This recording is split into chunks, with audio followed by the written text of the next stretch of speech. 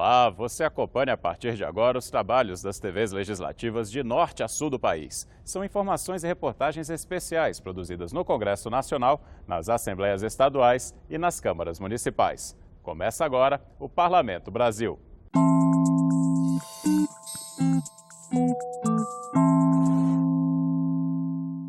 Pesquisadores da Universidade Federal do Ceará estão usando imagens captadas por satélite para monitorar a situação das águas dos açudes no estado. A pesquisa pode garantir melhor qualidade hídrica, principalmente para os municípios do sertão. Confira os detalhes nesta reportagem da TV Assembleia do Ceará.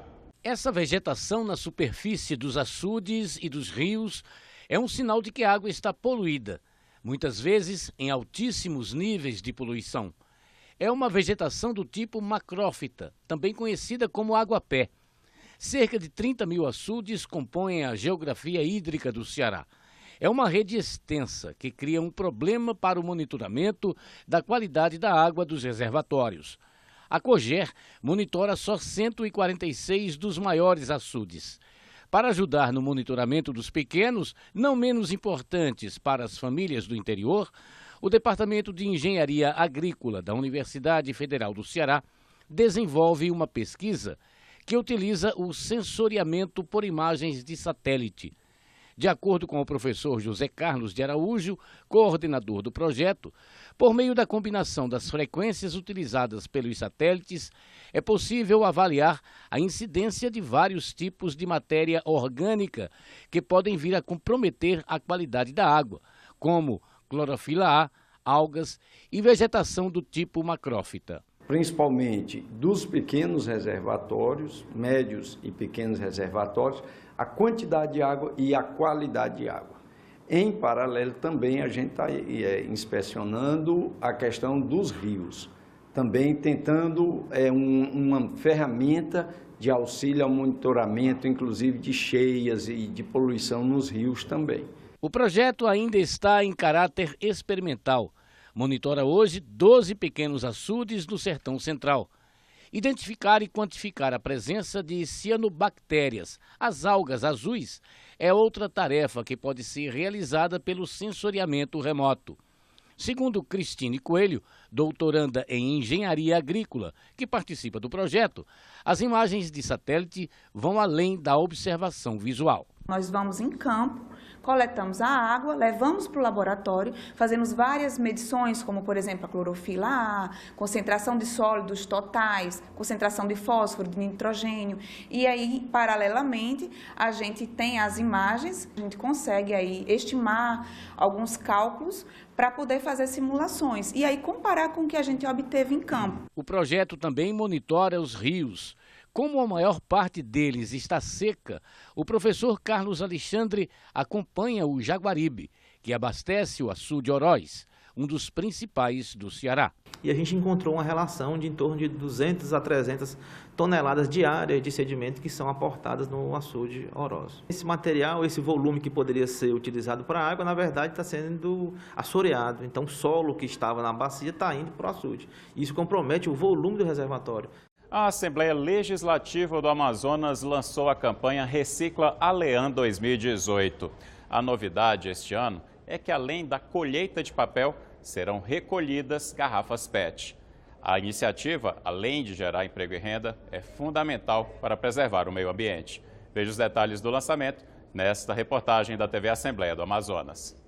O lançamento da campanha Recicla Aleã 2018 foi na sede da Casa Legislativa. A Aleã é a terceira assembleia do país e a primeira da região norte a aderir à iniciativa. O Poder Legislativo mostrando que ele também cumpre as leis e que ele procura executar bons projetos na área socioambiental. Por quê? São projetos bons para o meio ambiente, mas também geram emprego e renda para os catadores de materiais recicláveis, para aqueles que fazem parte da chamada cadeia reversa. E essas cooperativas, associações de catadores, fazem um trabalho muito importante para a sociedade. Eles evitam que aquele material seja jogado num aterro controlado, num lixão, ou que vá para dentro de um rio, de no garapé, o que ainda é pior, e fazem com que esse material seja reaproveitado e reinserido na economia, gerando emprego e renda. O programa, que iniciou no ano passado, recebia apenas papel. Com a nova fase da campanha, agora a casa passa a receber também garrafas PET, que podem ser descartadas pelos servidores e população em geral. É a Assembleia, o Parlamento voltado a ações sustentáveis, voltado à comunidade, preocupado não só com as leis que legislam, mas também com todas as ações que têm que ser implantadas com essas leis. As garrafas coletadas serão encaminhadas para a Associação de Catadores Nova Recicla e os recursos adquiridos com a venda do material irão beneficiar 20 famílias de catadores. Essa parceria se dá com a Nova Recicla, que faz a coleta semanalmente, pesa esse material e passa um relatório todo mês para casa, né? Dizendo para onde foi feito, o que foi feito, dando a destinação correta.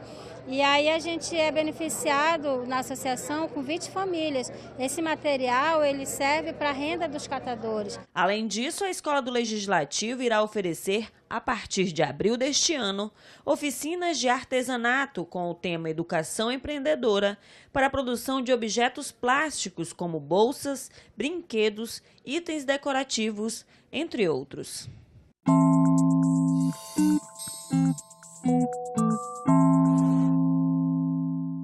A vida do cidadão brasileiro vai ficar menos complicada. Pelo menos é este o objetivo da Comissão Mista do Congresso, que elaborou propostas para reduzir a burocracia na emissão de documentos e também nos processos judiciais. Alguns desses projetos já estão sendo votados pelos parlamentares. E você vê agora os detalhes nesta reportagem da TV Senado. Por que a burocracia existe? O Estado cria alguns aparatos, né, alguns mecanismos, por um lado, para motivar, às vezes, o comércio, mas também, por outro lado, talvez para proteger o consumidor. Se você exagera nessa dosagem desses mecanismos, acaba que você prejudica, né, vamos dizer assim, essa relação consumidor-empresa, né? E aí acaba que isso aí freia, às vezes, a atividade econômica. Para este contador, a partir do momento em que a burocracia para de controlar a segurança das ações e começa a criar dificuldades, ela deixa de ter importância. Se você precisa mandar uma cópia de uma identidade, escanear um contrato de locação, para que eles tenham a referência, isso é importante. Mas a partir do momento que pede um documento autenticado e eles não têm competência para ir na Polícia Civil confirmar se o documento é verdadeiro ou não, aí realmente a burocracia é um excesso. Eu tinha comprado o carro estava pago, mas na hora de transferir não aceitaram porque a firma tinha 3 sócios, um deles não rubricou. Então, quer dizer, se os outros 2 rubricou, tinha CNPJ, tudo direitinho, poderia ter facilitado, mas não facilitou. Grande parte dos problemas que nós temos de burocratização é órgãos públicos que impõem desnecessárias regras ou até abusivas regras para coagir o indivíduo a pagar tributos ou pagar determinadas punições administrativas sem um justo motivo. E essa morosidade tem irritado muita gente. Você acha que cartório é um sinônimo de burocracia? É sinônimo? É burocracia física, minha filha, é burocracia. Hoje, por exemplo, eu perdi uma tarde de trabalho vindo aqui no cartório para, enfim, dizer que, através de uma assinatura do tabelião, dizer que eu sou eu, né? Não é possível que não exista um outro método, né, para a gente agilizar o nosso dia a dia, que não seja vir ao cartório, né? Eu estou fazendo um contrato de aluguel e tive que vir aqui para reconhecer firma e um monte de papel. Os tabeliães lamentam que a sociedade não enxergue o valor que os cartórios têm no combate a fraudes, como a falsificação de assinaturas, cédulas de identidade e procurações. Todo procedimento burocrático você tem que vir ao cartório.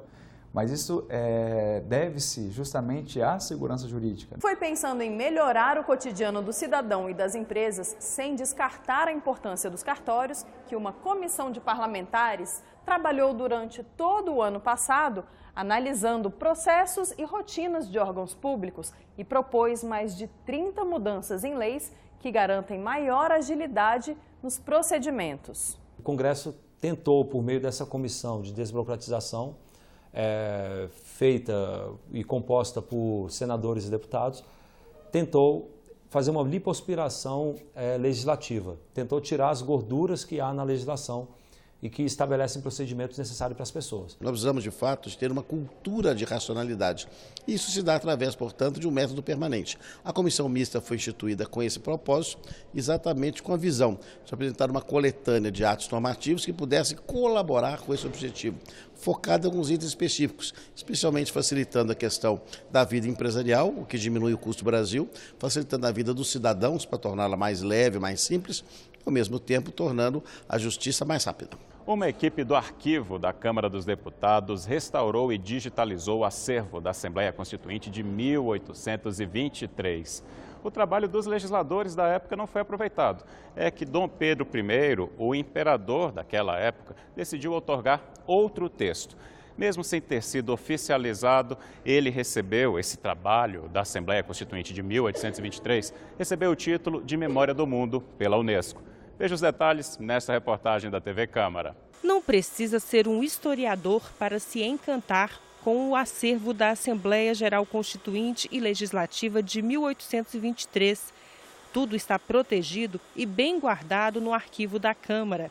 Tem mapas, cartas, ofícios de autoridades, pareceres e outros documentos manuscritos que revelam um pouco da realidade do país no começo do século XIX e os pleitos da sociedade da época. Eu encontrei a carta de um pai pedindo que a sua filha pudesse frequentar a faculdade de medicina, em 1846, se eu não me engano. Regras sobre a venda de escravos e práticas comerciais, por exemplo, eram preocupações que deveriam constar na primeira Constituição Federal do Brasil. Todo mundo que tinha interesse em que alguma coisa fosse regulamentada entrava em contato com os representantes que participavam da Assembleia Constituinte. O texto final dos constituintes nem saiu do papel, porque o imperador Dom Pedro I preferiu outorgar em 1824 uma Constituição criada por ele mesmo.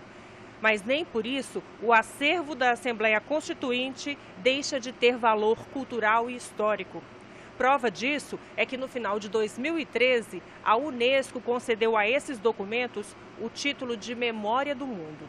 O Brasil, e diretamente a gente, tem a obrigação não só de tratar e manter isso em termos de preservação e acessibilidade, tem que garantir que isso nunca será extraviado, porque é uma memória do mundo, não é mais só nossa. Ela representa uma parte essencial do que o mundo entende como sendo a memória brasileira. Como o acervo completo da Constituinte de 1823 é composto de mais de 3.000 documentos, o processo de análise e restauração não foi concluído ainda. A equipe já trabalhou 5 anos, mas será preciso um pouco mais de tempo para finalizar a digitalização de tudo. Cada documento é cuidadosamente tratado. Ele passa por uma higienização, que é uma limpeza, superficial do documento. Necessitando de alguma limpeza química, ele passa por esse tratamento químico.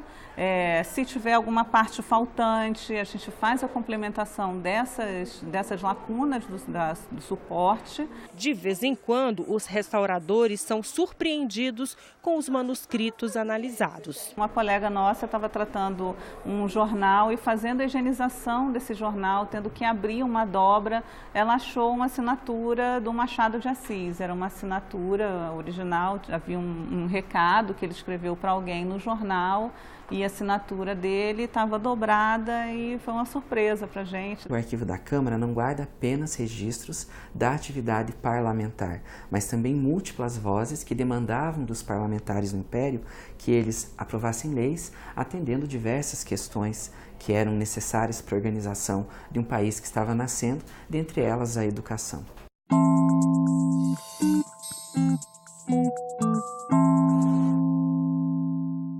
Pão de queijo, tutu, cachaça. As delícias da culinária mineira encantam paladares em todo o país e são muito importantes para a economia do estado. Tanto é que desde 2015 está em vigor a Política Estadual da Gastronomia e ela determina que deve ser também aprovado o Plano da Gastronomia Mineira. Você vê nesta reportagem da TV Assembleia de Minas Gerais o debate que está sendo feito na Assembleia de Minas para que esse plano seja aprovado e saia do papel. Doce de leite, queijo, cachaça. Os famosos produtos mineiros chegam ao consumidor num processo que envolve o produtor rural, a indústria, o comércio, o turismo.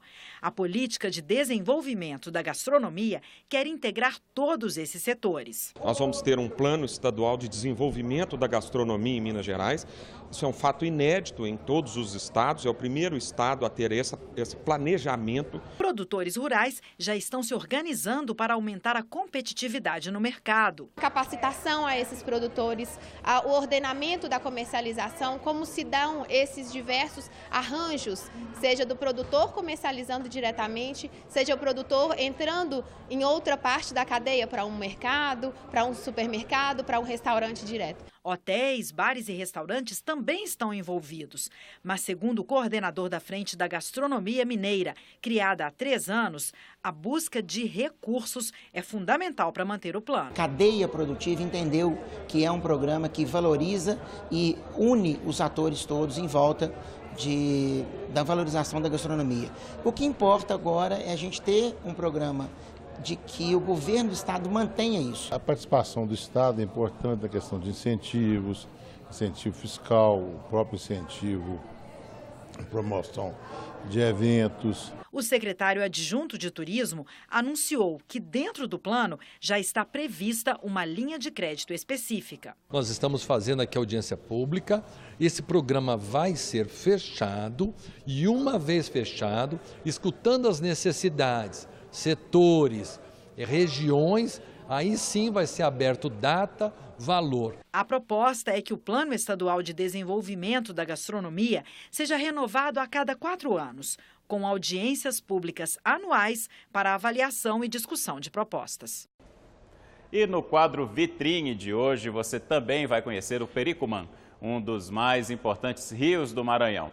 Se no passado ele era o único caminho para milhares de pessoas chegarem a São Luís, hoje ele se tornou fundamental para a economia da região conhecida como Baixada.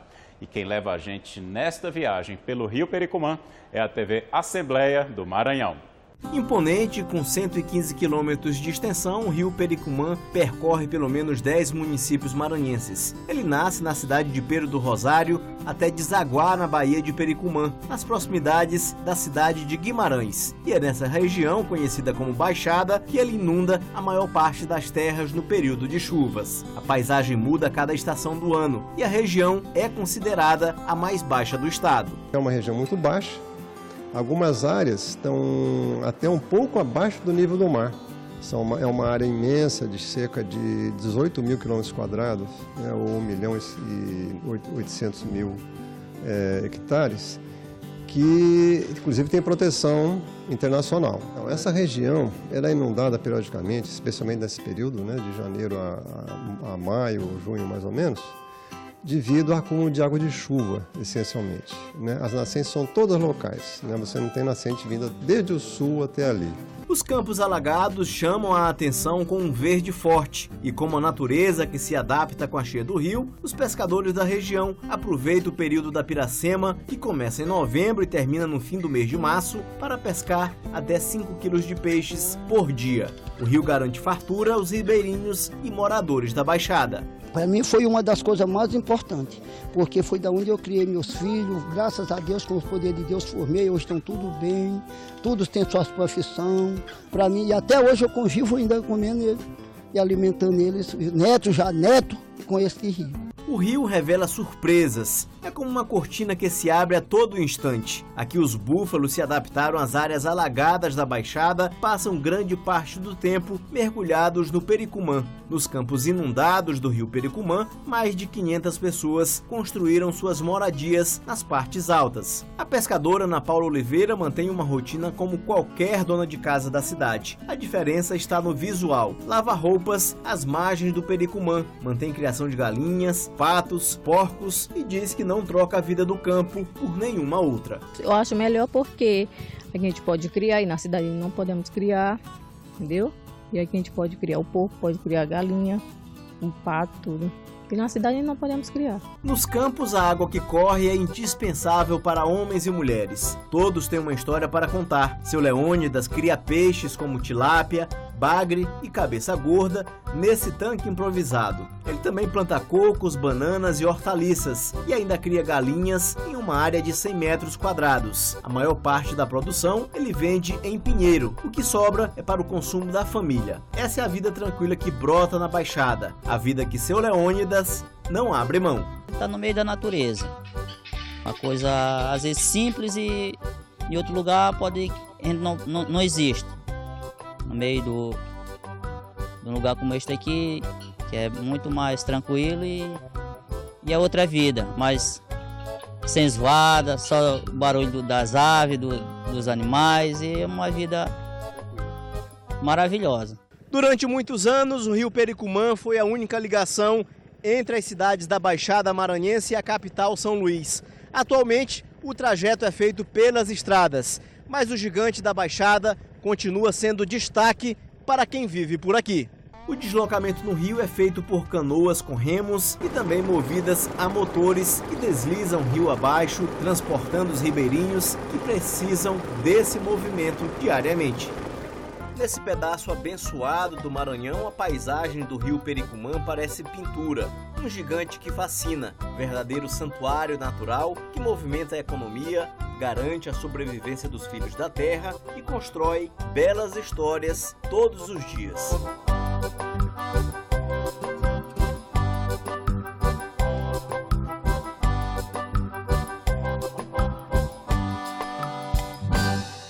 Ficamos por aqui. Você pode rever este ou outro programa em nosso site, senado.leg.br/TV ou no canal da TV Senado no YouTube. Muito obrigado pela companhia. Eu espero você no próximo Parlamento Brasil. Até lá!